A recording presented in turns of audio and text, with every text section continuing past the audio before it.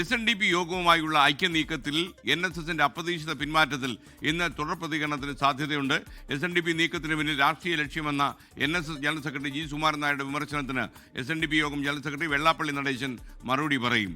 ഐക്യനീക്കം പാളിയതിൽ കരുതലോടെയാണ് രാഷ്ട്രീയ നേതൃത്വങ്ങളുടെ പ്രതികരണം. Toby Johnson കോട്ടയത്ത് നിന്നും ചേരുന്നു. Toby, good morning. ശരിക്കും എന്താ അടിയൊഴുക്കുകളുടെ അടിയന്തരമായ സാഹചര്യത്തിലാണ് G. സുകുമാരൻ നായർ പെട്ടെന്നൊരു പിന്മാറ്റം നടത്തിയത്? ഇതിനകത്ത് രാഷ്ട്രീയമായ തന്ത്രമുണ്ട് എന്ന് അദ്ദേഹത്തിന് എങ്ങനെ മനസ്സിലായി?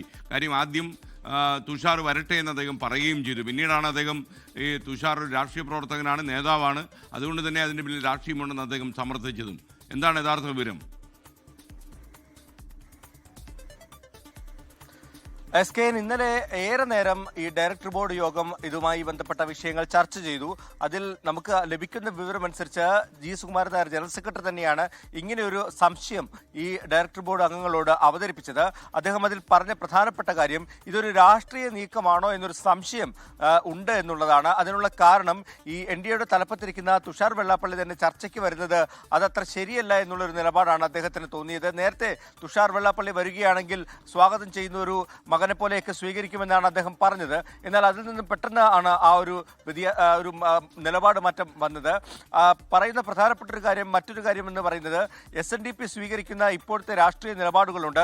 പരസ്യമായി മുസ്ലിം ലീഗിനെ അടക്കം വിമർശിക്കുന്ന തരത്തിലേക്ക് കാര്യങ്ങൾ പോകുന്നു, പലരെയും വിമർശിക്കുന്നുണ്ട്. അപ്പോൾ അങ്ങനെ വിമർശിക്കുന്ന കൂട്ടത്തിൽ ഈ ഒരു ഐക്യത്തിലേക്ക് വന്നു കഴിഞ്ഞാൽ അത് തങ്ങളുടെ നിലപാട് കൂടിയാകുമോ എന്നൊരു സംശയം NSSനുണ്ട്. അതിനുള്ള കാരണം എന്ന് പറയുന്നത് സമദൂരമാണ്. രാഷ്ട്രീയ പാർട്ടികളോടും തെരഞ്ഞെടുപ്പിലും ഒരു സമദൂര നിലപാടാണെന്ന് നേരത്തെ തന്നെ NSS വ്യക്തമാക്കിയിട്ടുണ്ട്. അതിൽ മാറ്റങ്ങൾ വരുത്തേണ്ട സാഹചര്യമുണ്ട്, അല്ലെങ്കിൽ ആ സമദൂരത്തെ തെറ്റിദ്ധരിക്കപ്പെടുമെന്നുള്ള ഒരു സാഹചര്യത്തിലേക്ക് കാര്യങ്ങൾ എത്തും. അതുകൊണ്ട് തന്നെയാണ് ഇങ്ങനെ ഒരു ഐക്യം വേണ്ട എന്നുള്ള നിലപാട് NSS സ്വീകരിച്ചത്. എന്തായാലും സുകുമാരൻ നായർ സ്വീകരിച്ച അല്ലെങ്കിൽ ജനറൽ സെക്രട്ടറി എടുത്ത ആ ഒരു നിലപാടിനെ പൂർണ്ണമായിട്ടും അംഗങ്ങൾ 26 പേരും ഇന്നലെ പിന്തുണയ്ക്കുന്ന കാഴ്ചയാണ് കണ്ടത്.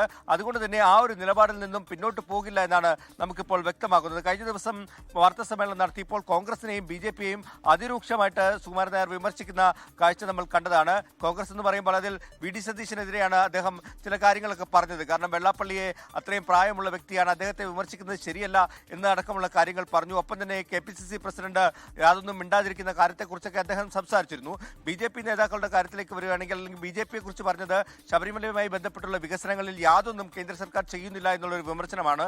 അങ്ങനെ രണ്ട് കൂട്ടർക്കെതിരെയും നിലപാടുകൾ സ്വീകരിച്ചു. എന്നാൽ സംസ്ഥാന സർക്കാരിനെതിരെ കാര്യമായിട്ടുള്ള വിമർശനങ്ങളൊന്നും ഉണ്ടായിട്ടില്ലതാനും. എന്തായാലും ഈ ഐക്യത്തിലേക്ക് പോവുകയാണെങ്കിൽ ഏതെങ്കിലും ഒരു രാഷ്ട്രീയ മുന്നണിക്ക് ഒരു ഗുണം ചെയ്യുന്ന തരത്തിലേക്ക് കാര്യങ്ങൾ നീങ്ങുമെന്നുള്ള ഒരു സംശയം കൂടി NSSന് ഉണ്ടായിട്ടുണ്ട്. അതുകൊണ്ടാണ് ഇങ്ങനെ ഒരു തീരുമാനമെടുത്തതെന്നാണ് പറയുന്നത്.